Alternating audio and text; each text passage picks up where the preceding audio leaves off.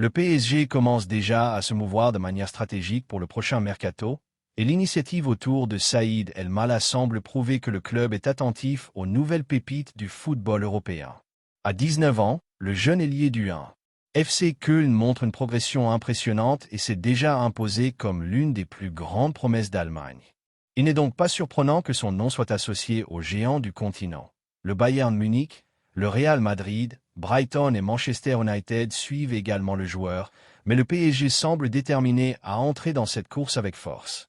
Le montant discuté pour le joueur se situe autour de 50 à 60 millions d'euros, une somme considérable mais qui, compte tenu du potentiel d'El Mala, représenterait un investissement pouvant rapidement être rentabilisé. Le point le plus intéressant est de constater comment le PSG, ces dernières années, ne se contente pas de recruter des stars déjà établies, mais cherche également des jeunes pouvant devenir des pièces maîtresses à l'avenir. Et El Mala correspond parfaitement à ce profil. Avec seulement 13 matchs cette saison et déjà 6 buts et 2 passes décisives en Bundesliga, il démontre non seulement son talent, mais aussi une maturité au-dessus de la moyenne pour son âge. Le parcours d'El Mala est, en effet, impressionnant. Avant de se faire remarquer en Bundesliga, il avait déjà prouvé ses qualités en 3 Liga, avec 13 buts en 32 rencontres. De plus, sa performance au championnat d'Europe des moins de 19 ans de l'UEFA 2025, où il a terminé meilleur buteur avec 4 réalisations, confirme son ascension fulgurante. Le fait qu'il fasse déjà partie de la sélection allemande des moins de 21 ans renforce encore davantage la dimension de son talent et la certitude que nous sommes face à un joueur capable d'atteindre le sommet.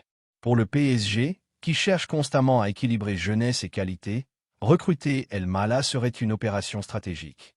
Il pourrait apporter une alternative explosive sur les ailes, offrant vitesse, créativité et présence dans la surface, des qualités très prisées par le club parisien, notamment dans les compétitions de haut niveau comme la Ligue des Champions.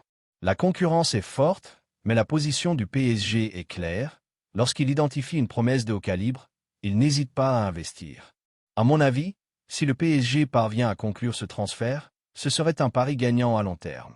El Mala n'est pas seulement un jeune talent parmi d'autres, c'est un joueur capable de devenir un protagoniste en quelques années. Pour un club qui cherche à construire une équipe de stars tout en assurant durabilité et continuité, il représente exactement le type de renfort qui correspond à la philosophie du club. De plus, l'arrivée d'un joueur de ce profil pourrait accroître la compétitivité interne et le dynamisme de l'attaque, un aspect que le PSG ressent parfois lorsqu'il doit alterner entre matchs physiques et confrontations rapides. Si la transaction se concrétise, ce sera une nouvelle preuve que le PSG ne se contente pas d'acheter des noms, mais investit dans l'avenir en garantissant des talents pouvant devenir des références tout en maintenant le niveau d'excellence que le club exige. Pour les supporters, voir un jeune de ce potentiel arriver dans la capitale française, sans aucun doute, source d'enthousiasme et de grandes attentes. Gonçalo Ramos continue de rencontrer des difficultés au PSG, et il n'est pas secret que l'adaptation de l'attaquant portugais au football français et au style de Luis Enrique a été compliquée. Avec seulement 3 buts en 15 matchs de Ligue 1 cette saison, il est clair que le joueur n'a pas encore réussi à s'imposer comme un protagoniste de l'attaque parisienne. Pour beaucoup, l'attente était que Ramos devienne un avant-centre de référence dès son arrivée à l'été 2023. Mais la réalité montre que la transition a été plus lente que prévu. Luis Enrique, lors de ses conférences de presse, a admis que le PSG serait ouvert à des recrutements pour le prochain mercato d'hiver, mais le poste d'avant-centre recevra difficilement des renforts. En interne, la direction semble satisfaite de maintenir Ramos dans l'effectif, valorisant sa capacité à évoluer dans la surface et à contribuer dans des moments spécifiques du jeu, même si ses statistiques générales ne sont pas encore impressionnantes. Cela montre la confiance du club dans le potentiel du joueur, même s'il est encore en phase d'adaptation. D'un point de vue tactique, la décision du PSG se comprend. Ramos est un joueur offrant une présence physique, une bonne mobilité dans la surface et une capacité de finition sous pression. Bien qu'il soit encore loin d'avoir une régularité en termes de buts, il peut s'avérer utile dans les matchs où l'équipe a besoin d'un avant-centre capable de fixer la défense adverse et d'ouvrir des espaces pour les ailiers et les milieux offensifs. Luis Enrique valorise ses qualités, et le maintien du Portugais indique que le staff technique croit encore en son évolution. Cependant, pour les supporters, la situation est un peu frustrante. Les attentes créées après l'arrivée de Ramos étaient élevées, surtout compte tenu de son parcours au Benfica et de son potentiel à devenir une référence offensive. 3 buts en 15 matchs est un chiffre en deçà des espérances pour quelqu'un censé jouer un rôle de premier plan. Néanmoins, la décision du club de le conserver montre que le PSG mise sur la patience et le développement du joueur plutôt que sur des solutions immédiates sur le marché. À mon avis, maintenir Gonçalo Ramos est une décision sensée, bien que risquée. L'arrivée de talents prometteurs, comme Saïd El Mala, renforce l'idée que le PSG regarde vers l'avenir et cherche un équilibre entre jeunes explosifs et joueurs plus expérimentés dans la surface.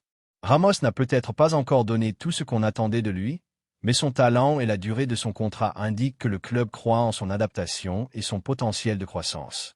La pression externe est inévitable, mais en interne, le PSG semble penser qu'avec du temps et des ajustements, il peut encore devenir une pièce importante. Si Ramos parvient à trouver son rythme et sa confiance dans les mois à venir, il pourrait s'imposer comme un avant-centre de référence, offrant au PSG non seulement des buts, mais aussi une présence tactique et une mobilité complémentaire aux talents offensifs de l'équipe. Pour l'instant, la direction maintient une position ferme, pas de transfert précipité.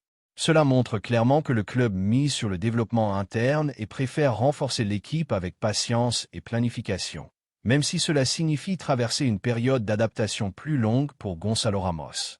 En résumé, malgré les difficultés actuelles, le maintien du Portugais illustre la stratégie du PSG d'équilibrer patience et vision à long terme. C'est un pari qui, s'il réussit, pourrait apporter des fruits significatifs à l'équipe en termes de constance offensive et d'options dans la surface. Pour ceux qui suivent le club, il reste à voir si Ramos parviendra à transformer son potentiel en résultats concrets lors des prochains matchs.